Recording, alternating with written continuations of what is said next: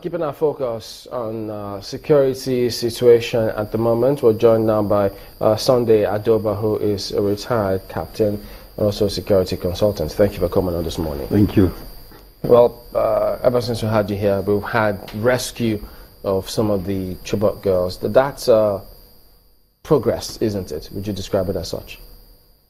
Well, I will say it's progress because for the girls to come out of the bondage, it means at least there is hope for others.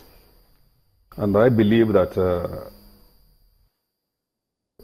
with the efforts of the government, we should be able to see more, if not all the girls, out of bondage. So for me, it's progress. But at the time they were rescued and, if you want to use that word, and they eventually released, did you see that coming? Because he had thought that that wasn't going to happen soon if certain things weren't done. Yes, I sincerely never thought about that because even within the same period, there were some rescue operations ongoing.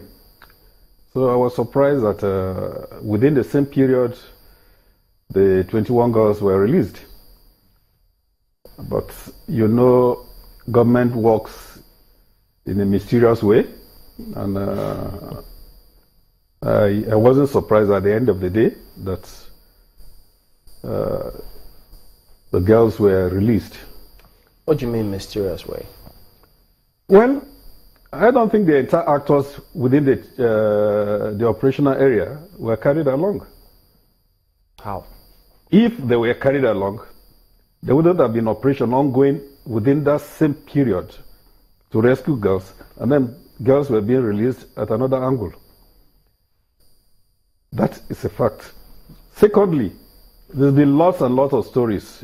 Yes, these girls, what do you call it, were released free of charge, and I laughed. Can any right-thinking man sit down today and say the Chibok girls were released by Shekau of all people without paying a price? About those or certain persons not being carried along because they were fighting and then maybe negotiation was going on, you don't think the end now justifies the means? Well, for me, as long as the girls are out, it's okay. No matter what procedure, what process was carried out to get them. All I'm interested in is that we have saved lives. You don't think they were released free of charge? I'll be the last soul on earth to believe they were released freely. Why?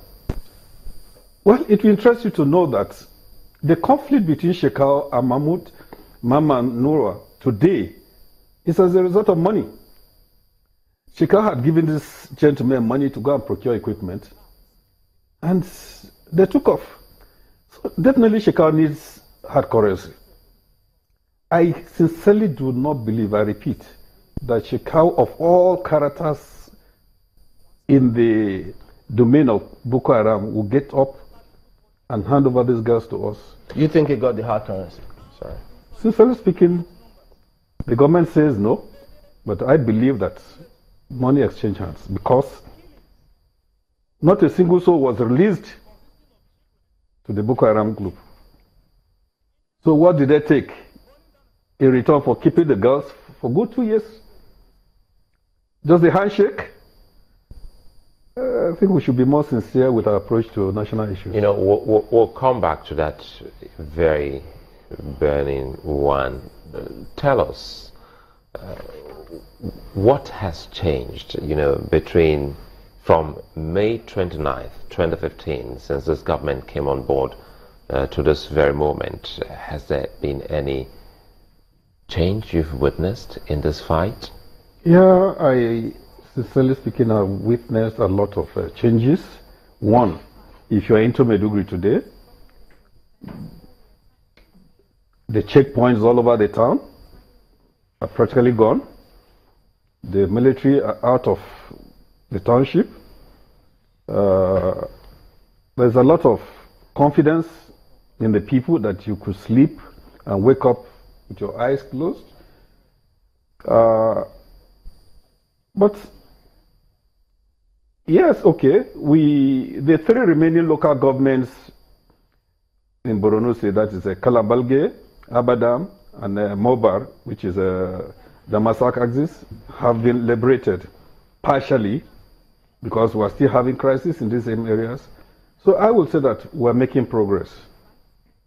In all of this, what's the input of maybe the Borno elders and a couple of other elders in such communities, knowing full well that before now we've always talked about the inclusion of some of these elders in helping stem the tide of violence in that area?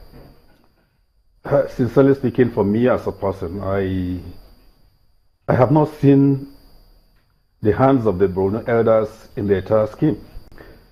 I'm saying this with all sense of decency. The governor, a young man, I remember vividly throughout 2013-14, when the airport was closed after the December Boko Haram strike.